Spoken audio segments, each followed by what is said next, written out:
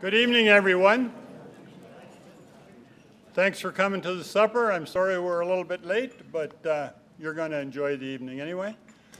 I'm Charlie Redpath, and I'm the coordinator for the Canadian Food Grains Bank project here in town, or in this area, I should say. And we're going to just go through a few things here very quickly.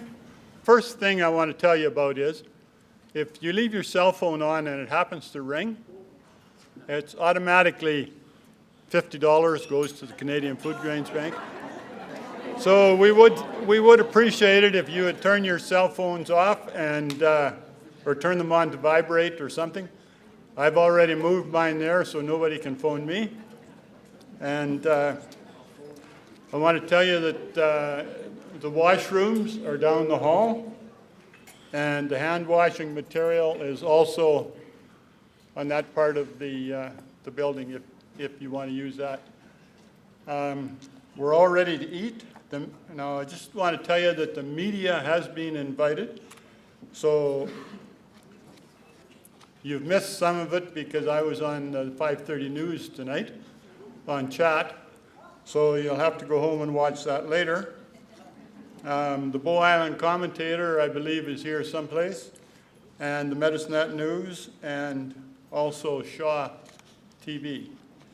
I want to introduce our local committee, which will only take a half a minute, and I would like them to stand as I introduce them. We have Donna and Les. Donna is standing and Les is outside. Maybe if you can just wait till we're all done and then you can clap, please. We have Cam Barber. He's holidaying in some other country. Fred and Mary and Rain. Fred and Mary and Hoffman, sorry. They're down here. Jim Babe, probably by the door. Ben Dick. And Jocelyn, who was singing. And then there's a woman named Priscilla. And myself. And I'm the coordinator, as I said, of the project.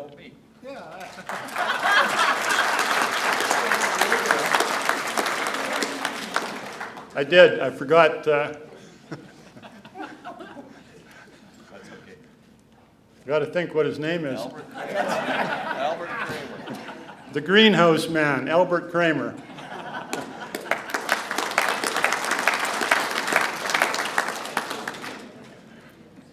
I just have to confess a little bit to you that for the last 3 weeks, I wake up twice during every night at about 2 and 4 and think about this banquet. None of you people are at it, but I am. And I think about all the problems. But anyway, another thing I want to tell you about is your placemats on the table have a wealth of knowledge. They show the countries where the Canadian Food Grains Bank has worked this past year and the number of people that they have helped. It also shows what the Canadian Food Grains Bank is made up of 15 different churches, and they each have their own account. There is also a general account, and our project works in the general account.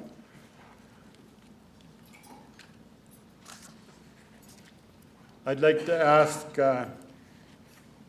Pastor Lyle from the First Assembly Church to come and ask the blessing on the evening and the food.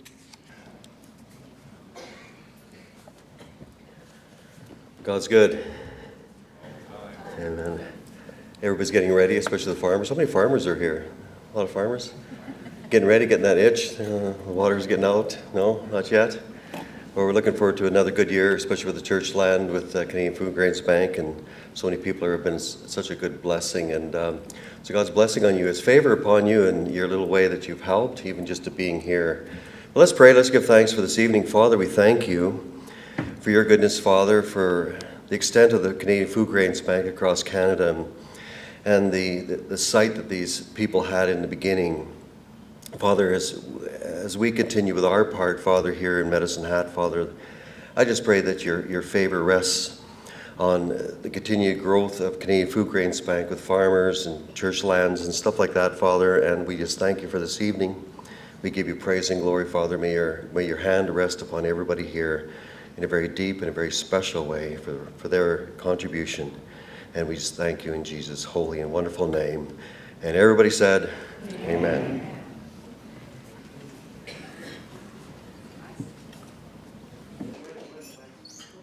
So now I'm going to call on Bob Dykstra, and he's going to tell us about the project at Burdett.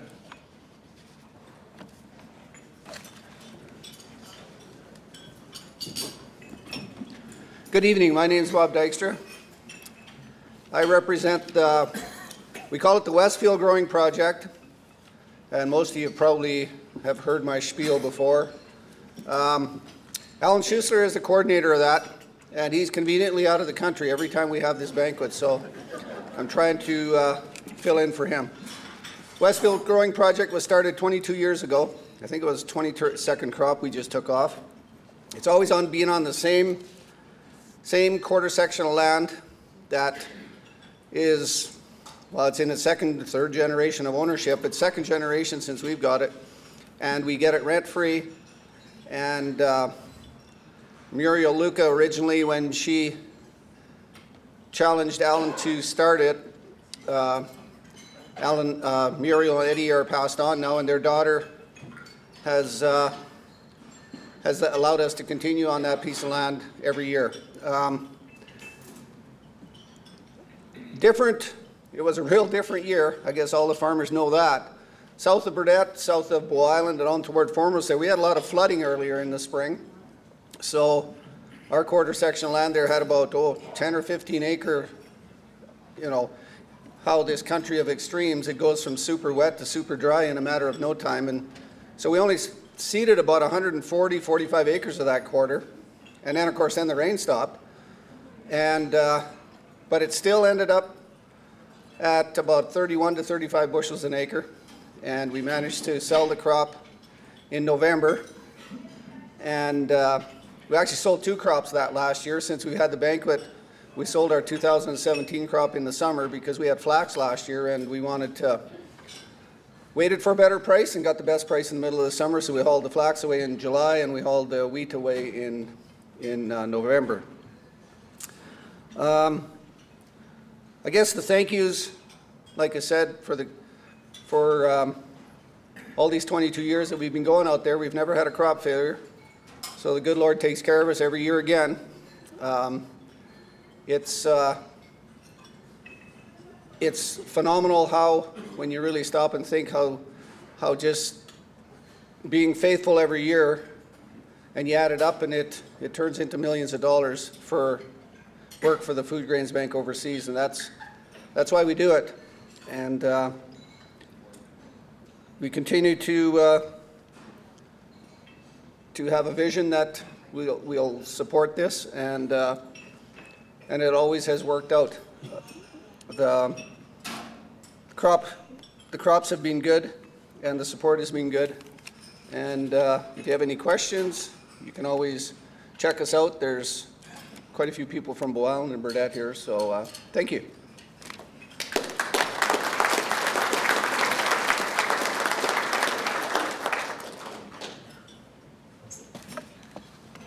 Thank you very much, Bob. At this time, I would like to call on Andre, who is with the Canadian Food Grains Bank, and he will introduce our speaker for the night.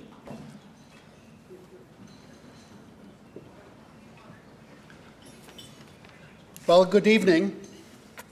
First of all, I really would like to thank you for coming out tonight and supporting the Canadian Food Grains Bank. You really make a difference. Last month, I was in Ethiopia. I led a group of Canadian farmers to see some of the projects we were doing in Ethiopia. And one thing that we heard at every project was, you make a difference. It really makes a difference. And thank the people in Canada for supporting us. We visited a farmer that started conservation agriculture. He was telling us that he was plowing the fields 8, 9 times because that's what it needed to be done. That's what they had been taught. And then when the wind would come, the topsoil would blow away. But now with conservation agriculture, he puts a layer of mulch right on top of the soil and then starts seeding it. And when the rain comes, the crop grows, and yields were increasing 3 to 7 times. And that made a difference for that family. This family was always dependent on food assistance. They grew enough food for about 7, 8 months of the year. But now they had extra, and they could sell some. And that made a difference for that family. And that's all possible because of you. I'm really happy to introduce tonight our guest speaker. She just came back from another study tour, and I'm sure she will tell us about it. She is the Canadian Food Grains Bank Director of Resource and Public Engagement. She started working for the Canadian Food Grains Bank just about right on 6 months ago.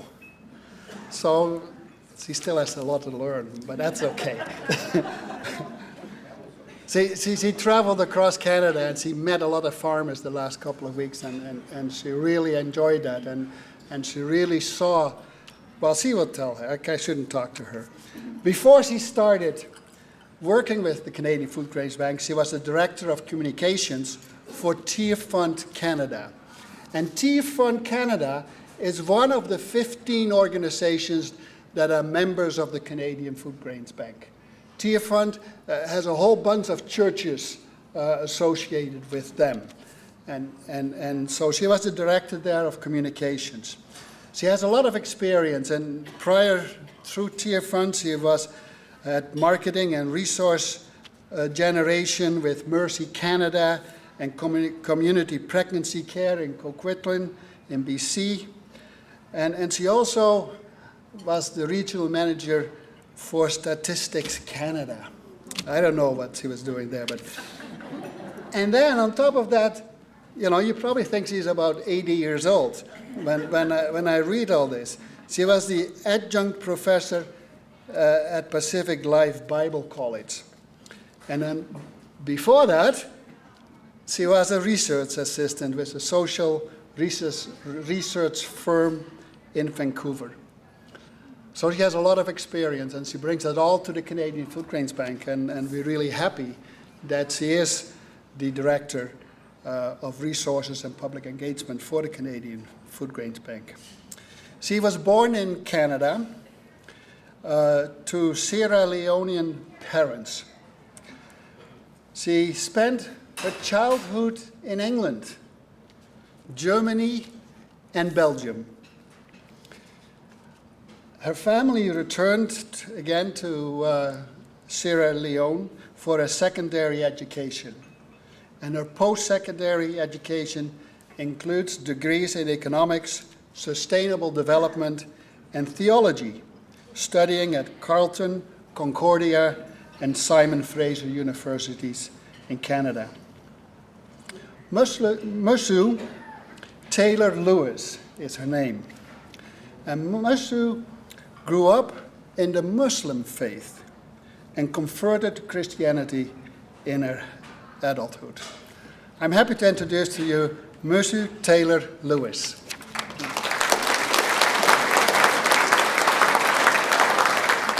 Good evening, everybody. Yeah, it's always humbling to hear oneself introduced to events like this. Can you all hear me? Yeah. And I say humbling because it's always a reminder of just the amazing opportunities that God has allowed me over my lifetime, including things that I did nothing to earn, like being able to grow up living in all parts of the world and developing a passion for the kinds of work that we're all involved in here today. I'm really just so thrilled to be here in Medicine Hat and meeting supporters at the end of, as Andre mentioned, it's been, I started in Moncton at the beginning of the week last Sunday, and this is, tomorrow I'll be meeting other supporters in Tabor before heading back home outside of Toronto. And there's been nothing better for me in terms of learning and understanding just why we continue to do what we do. For me, what I have learned in over the last 6 months, and especially in the last week, is that as Growing Project leaders, as volunteers, and as supporters, you really truly represent the best of what Food Grains Bank stands for. Really for people, for communities, and above churches in Canada who are joining together with co-workers around the world, working together to end global hunger. It's just been completely amazing for me to really grasp that and understand that. Now, you've been part of this amazing movement for a very long time, and I'm just privileged to be joining in with you in this work as Director of Resources and Public Engagement just since September. And so when I was asked to speak, I thought, what could I say to these people who've been involved in this work for this time? But I thought to myself, I have 3 things that I can do here tonight. First of all, I would like to remind you again of why we're all involved in this work. I would like to thank you, of course, for what you've already done and what you will continue to do. And of course, bring back stories and information from my recent trip to Uganda about just how effective what it is that you're doing here, just how effective the work is that we're all doing together. So without any further ado, I'll just launch into that right now. And thanks again for having me. So just as a reminder, Andre has already said this, the Food Grains Bank was formed in 1983 as a partnership of Canadian churches and church agencies.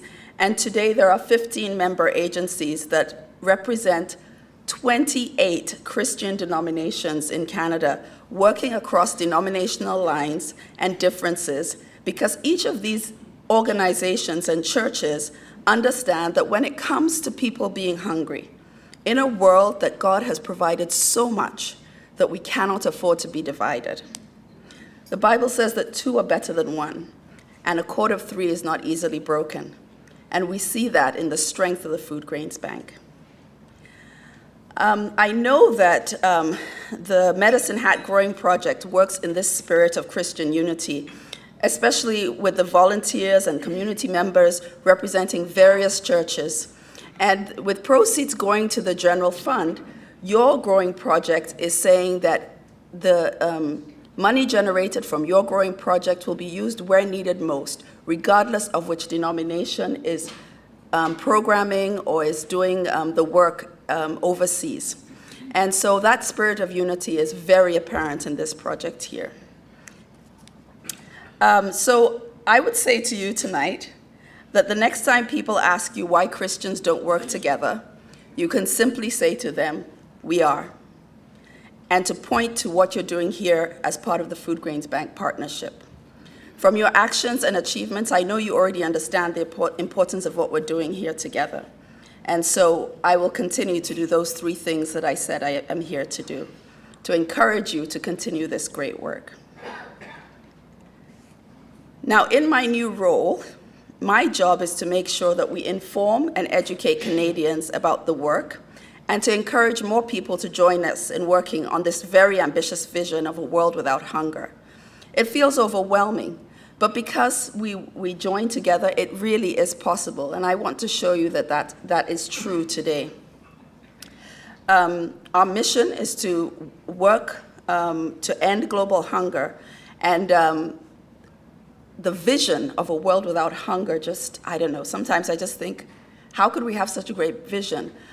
But I believe we keep that vision because of the God that we serve, that we know that He has provided. It's the first thing He provided at the end of creation. It says that He then gave all the fruit of the fields as food. That's right in Genesis chapter 2. It's the very first provision that God made for humankind. And so the reason our work continues is because in this world today, 1 out of 9 people go to bed hungry. Think about that. That is 821 million people who don't have enough food to eat. Over 500 million of those live in Asia, and about 250 million of them live in Africa. 821 million people. Just allow that number to sink in today. Don't let it just pass over as something that has been said. Unfortunately, for a third year in a row, that number has been on the rise. The absolute number of undernourished people in the world, those facing chronic food deprivation, has increased from around 804 million in 2016. And that's levels that the number of hungry people were at 10 years ago. So there is work to do.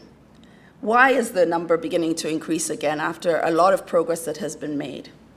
The main reason is high levels of conflict, high levels of environmental challenges that are made worse by climate change.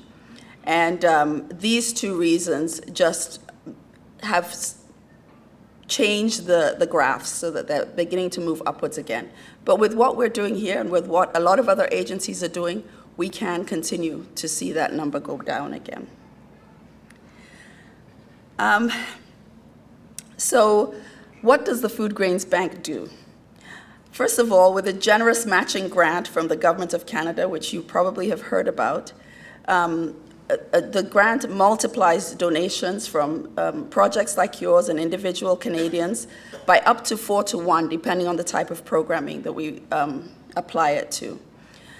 Food Grains Bank funds food assistance and food security programs and supports members and their local partners in design, monitoring, and evaluation of programs in 3 categories.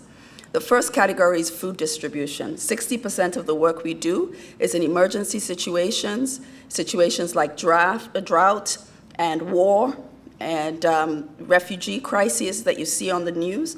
Food Grains Bank is often in those places distributing food to hungry people. 35% of our programming is in agriculture and livelihood programming to ensure that people have better access to food. And 5% goes to nutrition programming. So this is what we call hidden hunger. Nutrition programming is intended to deal with malnourishment for children under 5 years of age, because that first 1,000 days of life affects a person's ability to think, to live well, to do all kinds of things depending on how, whether they've been malnourished in those first 1,000 days, and also to pregnant and lactating mothers. But I just want to say that while we separate all of our programming into these 3 categories, in practice, these components are often combined or represent different phases of a project or a program. Many of our food assistance and agriculture and livelihood programs include a nutritional component and have nutritional outcomes in the design, including efforts to add variety to the diet based on some of the training that we provide for agriculture. Agriculture and livelihood programming is often trying to improve resilience and reduce disaster risk, and to assist communities to recover from humanitarian crisis. So please don't see them as 3 separate things. These things are often integrated, and you'll see a great example of that tonight. Ultimately, the goal of all Food Grains Bank programs is to improve food security for families and communities. It is not just about having enough food. There are many aspects to food security. Food may be available, but people may have barriers, economic barriers, like not having enough income to buy the food at market. They may not be able to reach those markets because of physical barriers, or they might have social or cultural barriers that are keeping them from accessing food that is available. Now, as Andre mentioned, I've just returned from northern Uganda, and I was part of a delegation of staff from 4 of our member agencies. The Canadian Lutheran World Relief, World Renew, URDO, which is the agency of the Pentecostal Assemblies of Canada, and PWRDF, which is the agency of the Anglican Church in Canada. We went to learn more about the programs and to hear from all involved about how those programs are bringing about food security for families and communities. And of course, it's been part of my orientation and learning as I step into this new role. And so I would like to take you on a quick tour of some of the things I saw and heard, and to introduce you to some of the people who we are all working with towards food security for all, and to some of the people who have benefited from your generosity. So our first visit was to a place called Kuchwini Sub-County. It's in Nebi district in northeastern Uganda. Uganda is located in Eastern Africa.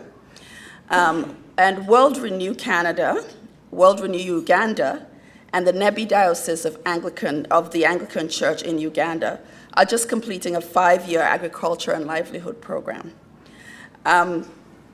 As you can see from this photograph, Kuchwini Sub-County is very rural.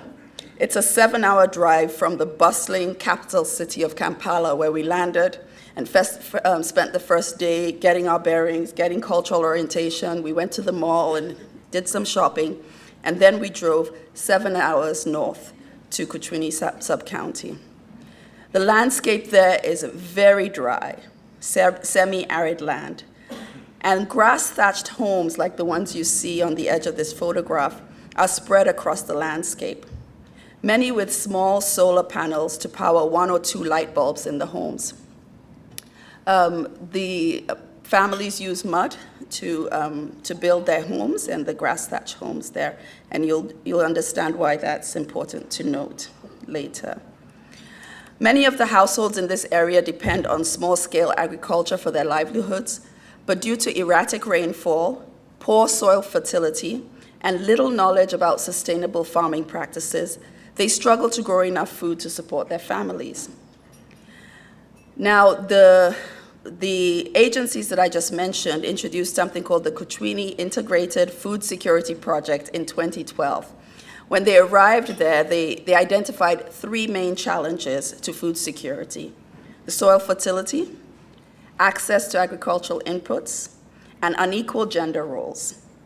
For example, planting was often late because community members couldn't access seeds, and this was affecting the amount of food that was produced at the end of the season. So the project design integrated solutions to all of these 3 barriers, and they did that by creating self-help groups within the community. The groups functioned in 3 ways. They functioned as farmer field schools, where farmer trainers were instructed in conservation agriculture practices that you heard Andre mention, and environmental management. The conservation agriculture emphasizes 3 principles that you may recognize: the minimum disturbance of soil, mulching, crop rotation, and intercropping. The second function of these groups was to function as village savings and loans cooperatives. These groups allowed individuals to use their own resources to generate income and improve access to agricultural input. Groups pooled their resources through a schedule of weekly savings, and members developed rules that allowed members to access loans from the group's savings and to meet household needs, to start income-generating activities, which then allowed them to buy food and agricultural inputs. And the third function of the groups was training through drama. Groups identified gender champions to be examples of, and to encourage more equitable sharing of the workload, encourage shared decision-making, and to reduce gender-based violence in the community. Half of the gender champions were men, and half of the gender champions were women. They were trained in encouraging these kinds of conversations within the self-help groups, but also at the village level. So it wasn't just intended to help the groups within themselves, but to help the community as a whole. And so with that description, I'll just move forward. On the first day, we were enthusiastically welcomed by the community in Kuchwini. And we were split into 2 groups to visit the self-help groups. I visited members from 2 self-help groups, 1 group made up of men and 1 group made up of women. The name of the men's group translated as "Poverty Does Not Want Laziness," and the name of the women's group translated as "God's Grace." So that was the stage that was set for us. The group members took turns telling their stories of improved lives as a result of their participation in self-help groups.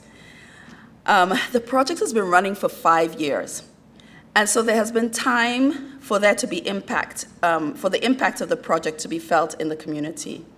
There are 569 members of the community who participate in 32 self-help groups, and you can see it's very rural, so that is a significant number of people and a significant amount of activity that impacts the whole community. Traditionally, men made decisions about what and when to plant, but men saw agriculture as women's work, and women were responsible for agricultural labor, which I think is quite different from how it's seen over here. And so when the project started in 2012, only 42% of men participated in 3 or more agricultural tasks. And this has increased to 98% 4 years later, after the program started. In addition, the number of women involved in 2 or more agricultural decisions increased from 60% to 99%. Better cooperation between men and women in the community has led to better agriculture and economic outcomes. How is this possible? For example, by applying the new agricultural methods, over 400 households in Kuchwini are planting 3 or more crops instead of just 1 crop. And this has reduced families' vulnerability to failed crops. With that, and with increased sharing of agricultural workloads between men and women, the annual average food availability in Kuchwini increased from 6 months to 9 months. That's really significant, a 50% increase in yield. One reason is because when agricultural labor was left to the women, crops were often eaten by animals along the way because the women couldn't harvest fast enough in order to avoid that. So with the men joining in that work, they were able to harvest more of what they planted. Through the savings and loans aspect of the program, families were able to purchase agricultural inputs, household items, build homes, and purchase food to fill the 3-month food gap. Women are contributing to purchase of assets, which they did not before because they didn't really trust their marriages and they didn't want to lose out. Because of the conflict between men and women in the community, marriages often failed. I just wish I could tell you all the stories I heard. But in the interest of time, I have chosen only one to give you an idea of the impact of what you're doing. On our second day in Kuchwini, we had the privilege of visiting individual group members in their homes to hear more details about how their lives had improved and to give us an opportunity to ask one-on-one questions. So when Grace, who is on your right, I believe, got up to speak on the first day, I almost jumped out of my seat. I had read her story in reports, and I had written about her just before I left for Uganda. As soon as she got up, I recognized her. That was just one of these kind of amazing experiences that God has allowed me to have. And I had the privilege then of visiting her home on the second day in Kuchwini. So that next day, we arrived at Grace's home, and we were escorted by Shepherd. She's the taller one, and she's to the right of your screen, I believe. Yeah, my left, your right. And I wanted to introduce her to you because she's one of your co-workers. She's the project coordinator in Nebi, putting into place everything that we are trying to achieve here at the Food Grains Bank. She's an amazing young woman who is from Kuchwini originally. She left to go to secondary school, and then she went off to the city, Kampala, to study social work at university. She returned to the village and is one of the leaders providing this culturally appropriate training and support for the self-help groups in Kuchwini. Our hosts explained to us that the staff are required to live in the communities they serve based on Jesus' example of coming into the world to serve. And when they tried deviating from that model, they found that staff did not last because they were less connected to the community, and the demands of travel on very difficult roads soon wore on them. So as we walk through the community with Shepherd, it is clear that she is well known and she is well loved. Adults and children alike refer to her as teacher. I didn't hear anybody call her by name, simply teacher. And she was my translator for the day. and introduced us personally to Grace, with whom she had worked very closely. As we had been speaking to the community members through translators, when we arrived at Grace's home, I was surprised when she greeted us in English with, "Welcome to my home." So Grace is a married mother and grandmother, and she has an elementary school education, which is why she could greet us so clearly in English. After her greeting, though, she spoke through translation by Shepherd because she was more comfortable speaking in their local language. Her home is better described as a homestead. It's made up of multiple 1- and 2-bedroom buildings, which she and her husband have built over time as their family and as their vision has expanded. Here they're standing in front of the guest house, which they were quite proud of. The difference between this guest house and the home that you saw in the picture where we were going through the village is that this is made of concrete. And so that is more durable for them, has the grass thatch roof. But she had 6 of these buildings by the time we arrived in her home. Before she joined the self-help group, Grace had no consistent source of income and believed that it was her husband's sole responsibility to provide for the family. Grace's husband is ill, however, and so he's unable to do much physical work, and so they weren't able to make much progress. Pardon me. With the gender-based training that was part of the program, she began to see that she could contribute to the household income and was also chosen as a gender champion by her group. The reduced labor needed to practice conservation agriculture empowered her. She told us that she was able to plant more fields around her homestead than ever before. When we arrived in Kuchwini in February, Grace was still waiting for rain. You could see the very dry farmland behind her. But thanks to the training in conservation agriculture, she's planting more than one crop and experimenting with kitchen gardens. So she has been able to produce a harvest of cowpeas, of maize, and of cassava, which she had stored in one of her buildings and which she took us to see with our own eyes. And that was, again, one of the difficulties in this presentation was choosing which photographs to show you. But I wanted you to see that dry field in the back there. The fellow in the photograph is one of the trainers that came along with Shepherd and I that day. Now, Grace has also been participating in savings and loans programs. At first, she said she had no income to save, and so she started by saving a portion of money her husband gave her for food.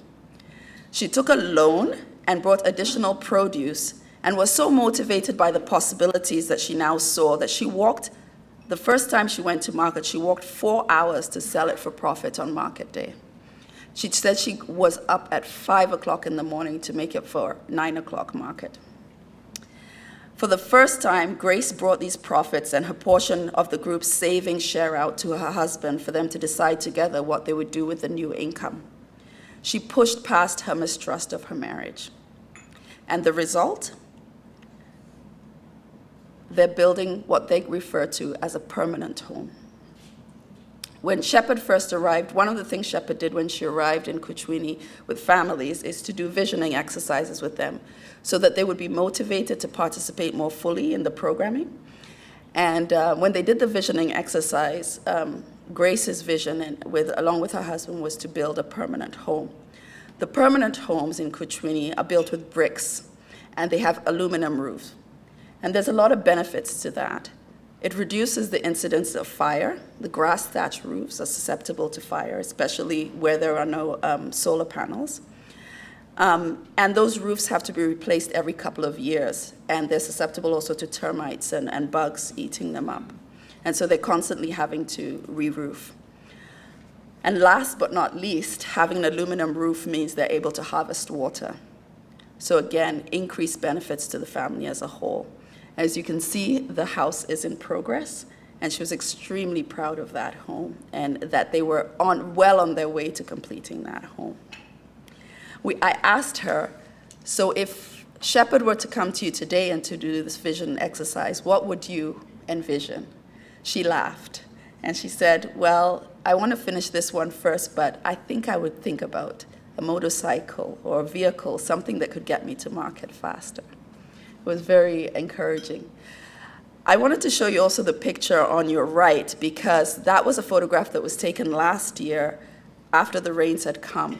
And you can see Grace's field and what she can expect to see again later this year when the rains come. That the crops come up and they're lush and they're green and they're full, and the yields are twice, 3 times, 1.5 times more than she ever had. There's more of them, and she's able to harvest them with the help of family. So she has a new vision for the future. Now, the next part of our visit was to Rhino Refugee Camp in northern Uganda. Uganda has the highest caseload of refugees on the African continent, and 60% of those refugees are South Sudanese fleeing the war in their country that has continued on and off since 1956. Again, I just ask you to stop and think what it would be like for somebody who was born in 1956 to have been born in South Sudan. They've been fighting first for independence from the rest of Sudan, and now for power between warring factions. But for ordinary people, it has meant constant disruption of their lives. There are 7 refugee settlements in northern Uganda, and 2 are new since 2016 because people have just had to continue to flee. It was a very different visit, and keeping in mind that the Food Grains Bank spends 60% of their program dollars in places like Rhino Refugee Camp doing food distribution. We were welcomed really graciously, as you can see on the left, with all the smiles from the group. We met in a church that has been built in the middle of the refugee camp.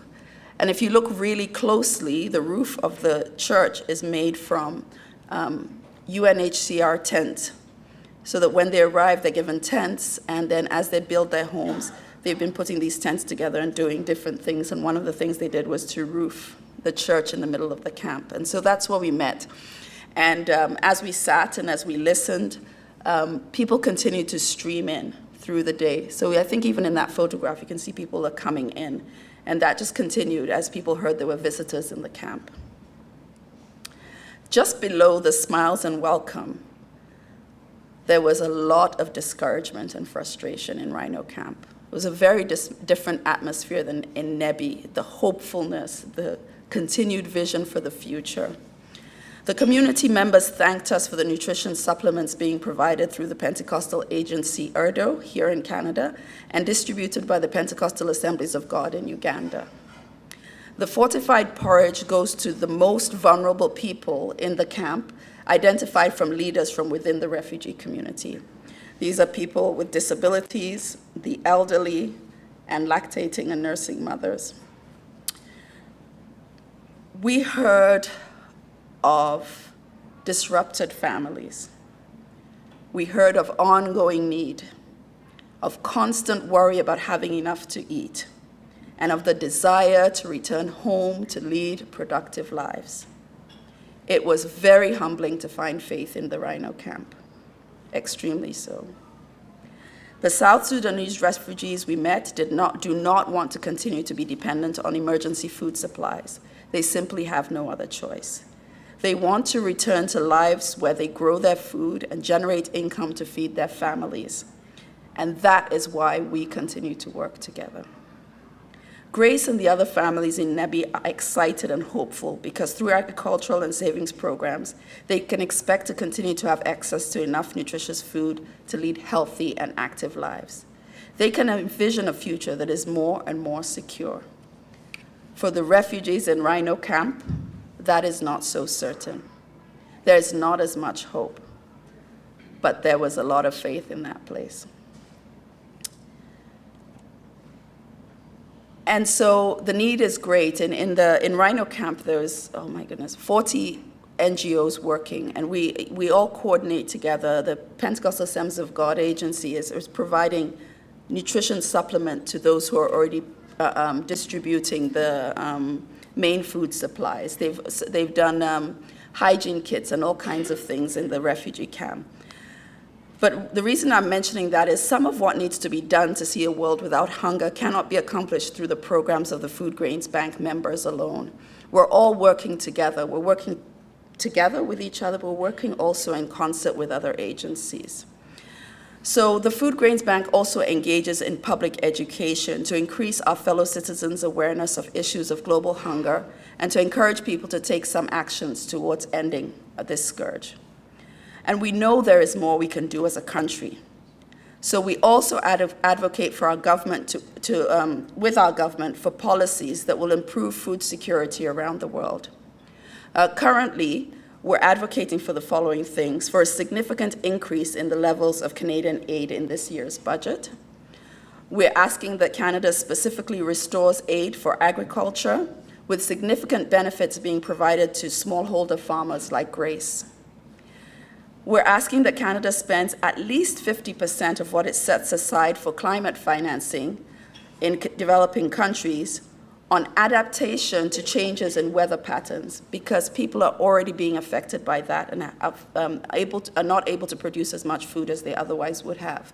And so we're just asking to Canada to recognize that in the proportion of its funding that goes towards adaptation. Why is it necessary? Well, Canadian aid definitely makes a difference. Globally, extreme poverty has actually been cut in half since 1990, despite the recent spike. The number of hungry people globally has decreased by almost 100 million over the past 25 years. Think about that. We're talking about 821 million. If over the 25 years we've been able to bring it down by 100 million, that's a lot of experience, and we can accelerate that.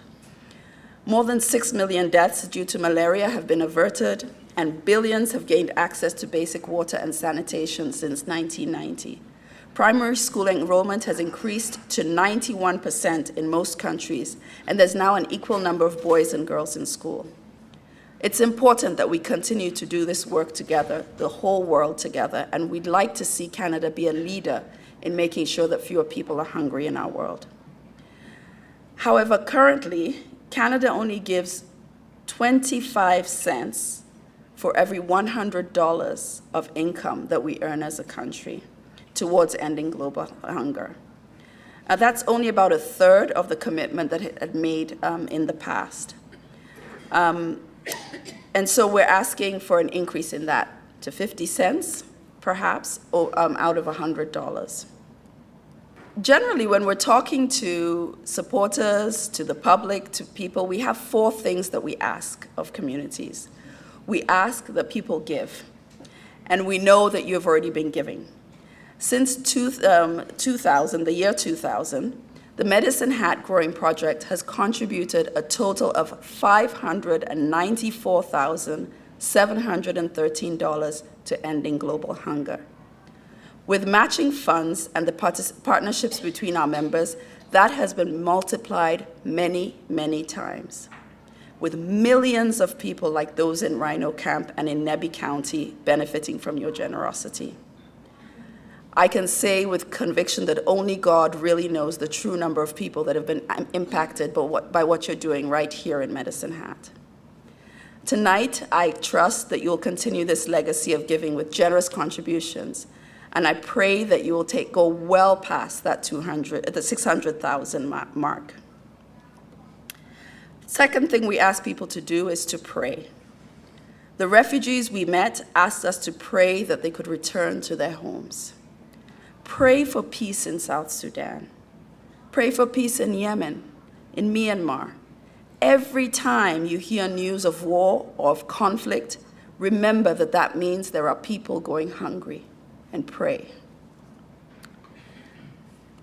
Third thing we ask is that people take time to learn more about the issues that affect global hunger and ways in which we can work together to end it, and to teach people about issues around hunger.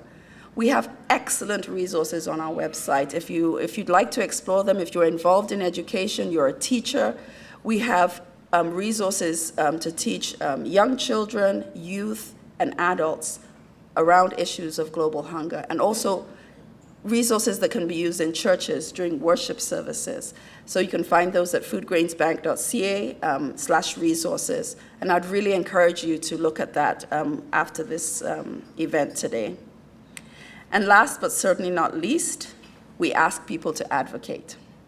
And that's where I have an ask for you today. On your tables, you have cards that say, I care. And those cards, it is our understanding that issues of poverty and global hunger, people believe that Canadians don't really care about these issues. We know that's not true. I know that's not true based on my travels over the last week and a half. And so we've developed this very simple postcard campaign with a message that would go to the Prime Minister that says, when it comes to ending global hunger, we care. I care. And so today, so we are planning to, we're aiming to have 25,000 of these cards sent to the Prime Minister's office by the summer of this year. We've already had 13,000 sent out. And so what it takes is your signature at the bottom of that card, and we'll collect them at the end of the day. But before we do that, we also have a campaign on social media where we're sending these out and tagging them with the tags in the front here. And so I would like to ask you to hold up your card so that Andre can get a photograph, so we can send a message tonight to say, Medicine Hat cares. Would you be willing to do that? Thank you. Andre's going to get the camera out. Yeah.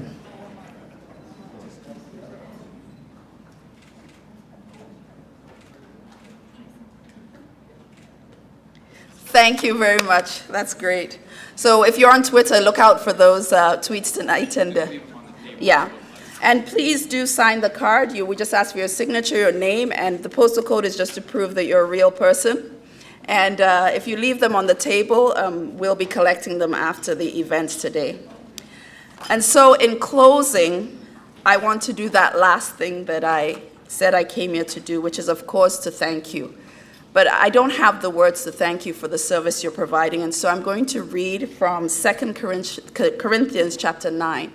And as we traveled across Uganda, this is a verse that we shared together with our co-workers in Uganda as we ended our time together and as we prayed together.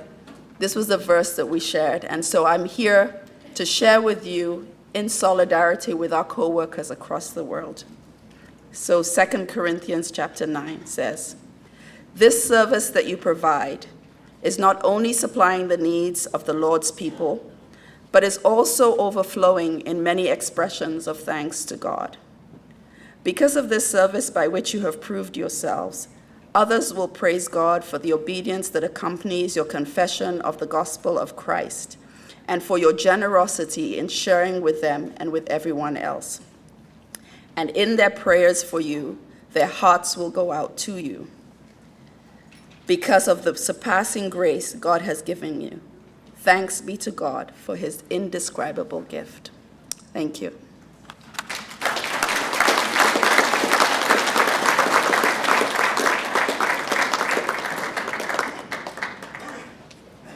I find that very interesting, and I think that was a very, very good report on your trip.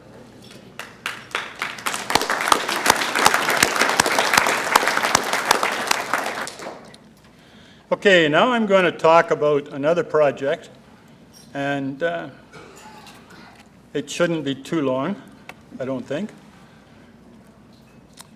But it's the Medicine Hat, and I'll move up so you can hear me. The Medicine Hat and District Grow Project. This year is our 20th crop, and if we get it seeded, and we trust we will. But we have been blessed by God with the crops we have had. Our project is one of the 117 the Canadian Food Grains Bank has in their operation. We have numerous individuals and businesses that donate throughout the year. Some of the business are Nutra Ag Solutions, Pioneer Grain, South Country Co-op, and Alberta Financial Services. We seed about excuse me. We seed about 100 acres, and this is done with the help of our neighbors, the Wise family, and they're over here in the middle of the area.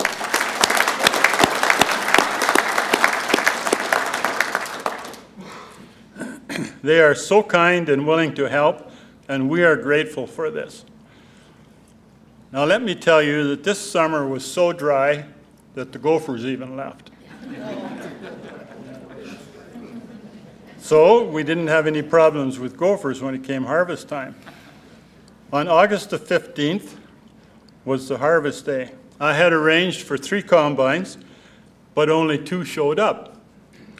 So Western Tractor with John Deere and Rocky Mountain Equipment with Case did a terrific job of combining and giving rides to those who wanted one. And I tell anybody that attends, if they want to ride a combine, they can ride to the end of the field for free, $50 to come back.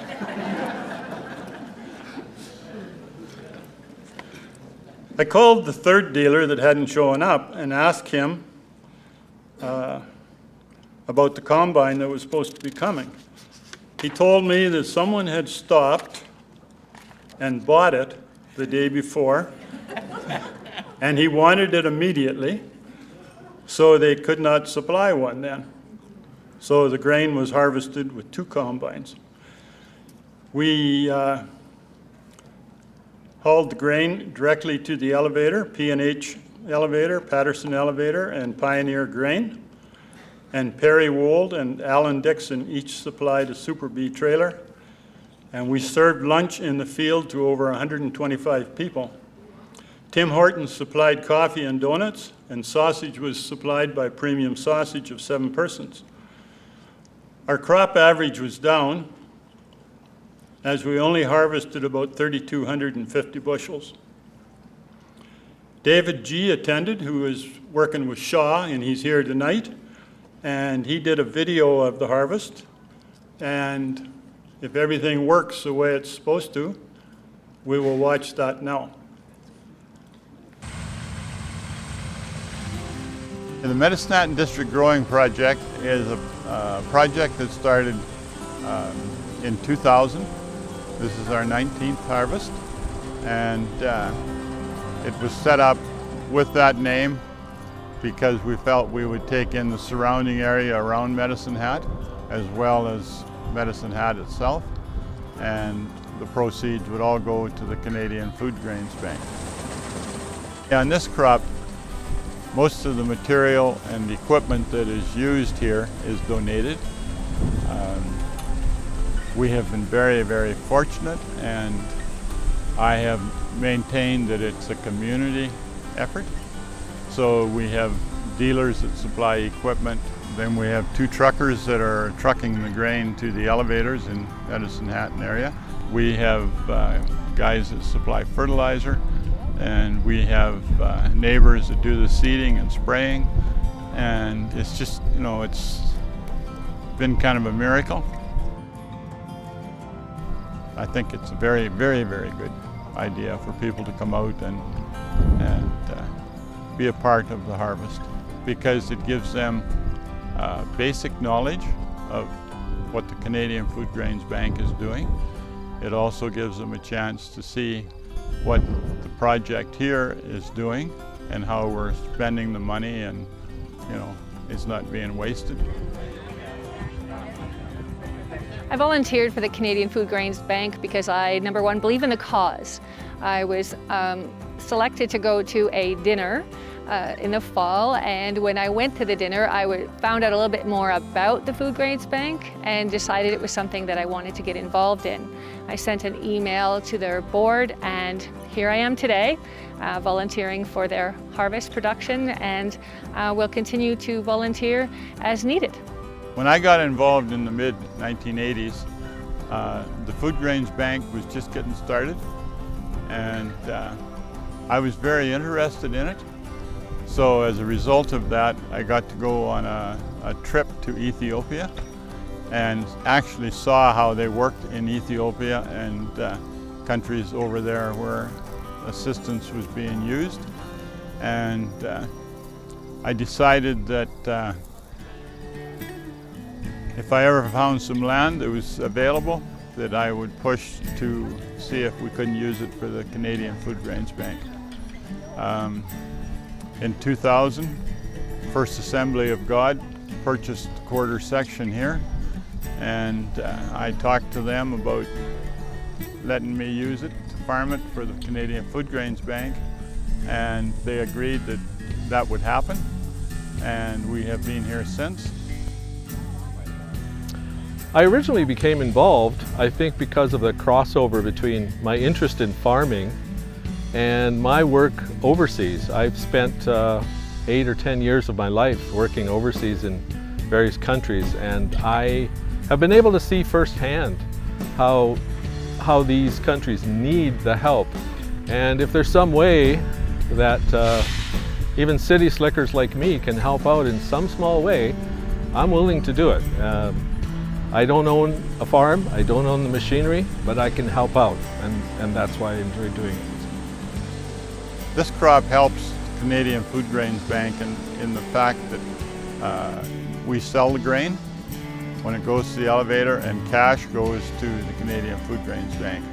And then they can use cash to buy whatever they need to help in a third world country where there is a shortage of food or whatever they might be assisting with. The way the Canadian Food Grains Bank helps the farmers overseas is they update them on methods of farming by going in and they check and see what the problem is. Then they assist the farmers in getting that problem eliminated, and it may be a different way of farming, and they also work on setting up projects in the area so the farmers can benefit from them being there. And one thing that they have done in a lot of areas is they leave the waste vegetation on the land, so it makes the land hang on to the moisture that is there. It's not cleared off and then dries up and blows away.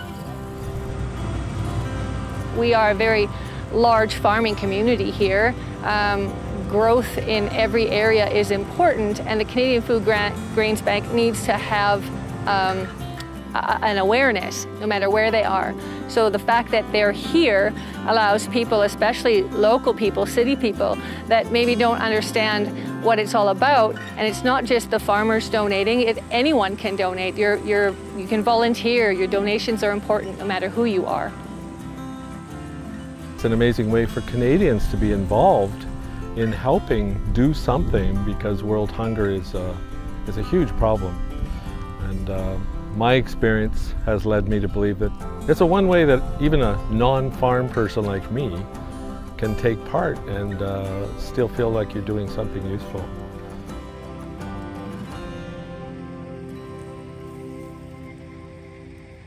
Well, we fail to thank most of the time. I think I've done it once every 2 or 3 years. But we got to thank Charlie and Priscilla. Because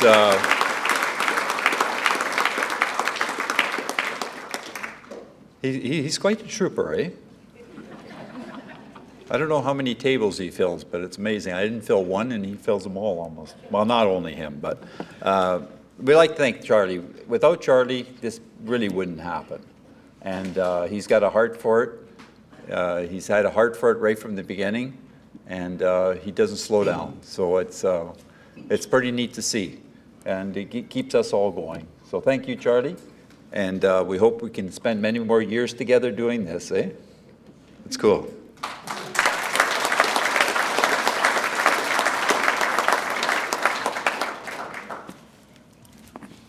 Thank you, Albert, and the rest of the committee, and you folks too for clapping. Okay, there's one thing that I would like to just ask of everybody here, and I did this last year and maybe the year before, but when you're traveling on the highway or any place and you see a farmer out working in a field, just, you don't have to stop. You don't have to get out and shake his hand or anything. But just say a prayer for him in the field and ask God to bless him in what he's doing. And at the same time, also ask for God to bless the Canadian Food Grains Bank projects that we have across the country. Our project, I believe, is blessed numerous times. Things happen that I just find amazing that, you know, I would never expect to happen, but they do, and I'm, you know, very pleased with that. And I want to thank all you folks for coming out and making this another very successful night, I believe. And if you want to mark your calendars for next year's banquet, it will probably be about 1 year from tonight on the Friday night. I think they booked us in for the second Friday of March, she told me today. So that will be the plan. And if you know of any friends that you think should be here or should come, please, you know, tell them about it, invite them. And I guess the only thing else I can say is God bless all of you.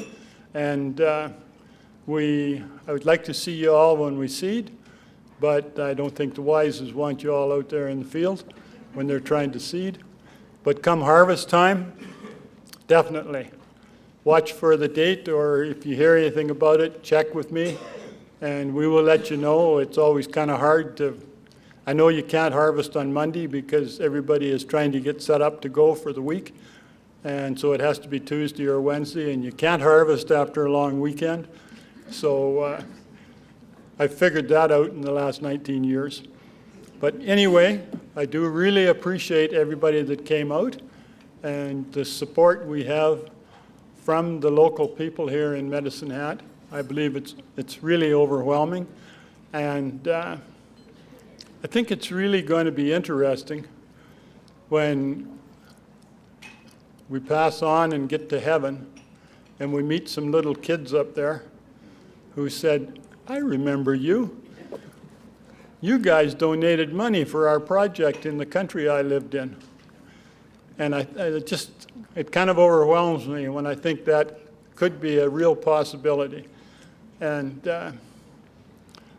I'm thankful that we are able to carry on this business as we are. And thank you very much for coming. And you are free to go. God bless you all.